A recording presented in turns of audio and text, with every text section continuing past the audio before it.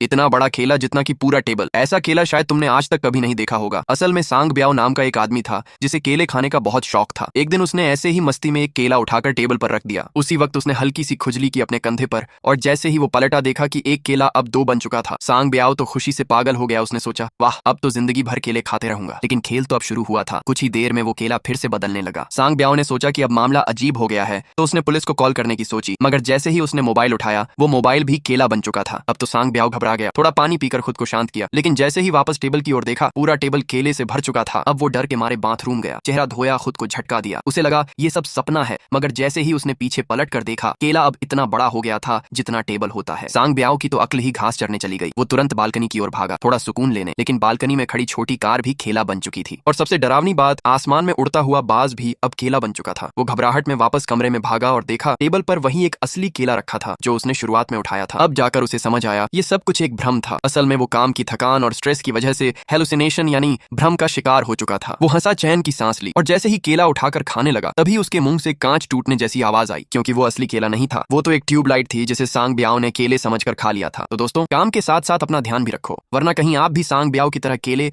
और ट्यूबलाइट में फर्क भूल जाओगे।